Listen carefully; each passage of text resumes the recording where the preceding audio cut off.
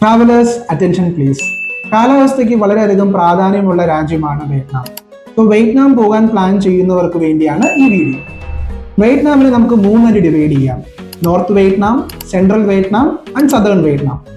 So north Vietnam visit ചെയ്യാൻ best time എന്ന് പറയുന്നത് ഒക്ടോബർ തൊട്ട് ഏപ്രിൽ വരെയാണ്. ഈ ഒരു സമയം നല്ല തണുത്ത കാലാവസ്ഥയാണ്. ചാപ്പയുടെ മിസ്റ്റി മലനിരകൾ, ഹനോയുടെ ഓൾഡ് വാട്ടർ വൈബ്സ്, അതേപോലെ തന്നെ ഹലോംഗോയുടെ ക്രൂയിസ് ട്രിപ്പും എല്ലാം ആസ്വദിക്കാൻ ബെസ്റ്റ് ടൈമാണ്. സോ അടുത്തതായി സെൻട്രൽ വിയറ്റ്നാം ആണ്. സോ സെൻട്രൽ വിയറ്റ്നാം വിസിറ്റ് ചെയ്യാൻ ബെസ്റ്റ് ടൈം എന്ന് പറയുന്നത് ഫെബ്രുവരി മുതൽ ഓഗസ്റ്റ് വരെയാണ്.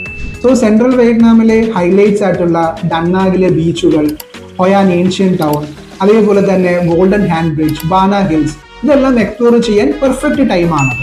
സോ അടുത്തതായി വരുന്നത് സദേൺ വിയറ്റ്നാം ആണ്. സോ സദേൺ വിയറ്റ്നാം വിസിറ്റ് ചെയ്യാൻ ബെസ്റ്റ് ടൈം എന്ന് പറയുന്നത് നവംബർ തൊട്ട് ഏപ്രിൽ വരെയാണ്. സോ വിയറ്റ്നാമിലെ ക്യാപിറ്റലാണ് Ho Chi Minh city. So Ho Chi Minh city വരുന്നത് സദേൺ വിയറ്റ്നാമിലാണ്. സോ ഹോഷിമിൻ സിറ്റിയുടെ സിറ്റി ലൈഫ്, ബെക്കോങ് ഡെൽറ്റയുടെ ബാക്ക് വാട്ടേഴ്സ്, പിന്നെ അതേപോലെ തന്നെ ഏറ്റവും കൂടുതൽ ടൂറിസ്റ്റ് പോകുന്ന ഐലൻഡാണ് ഫുക്കോ ഐലൻഡ്.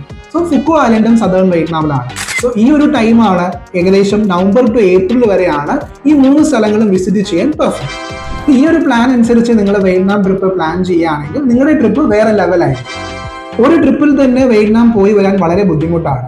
എന്നാൽ പോലും നിങ്ങൾ പോകാൻ പ്ലാൻ ചെയ്യുന്നുണ്ടെങ്കിൽ മാക്സിമം ഫെബ്രുവരി മുതൽ ഏപ്രിൽ വരെക്കുള്ളിൽ തന്നെ പോയി വരാൻ വേണ്ടി നോക്കാം.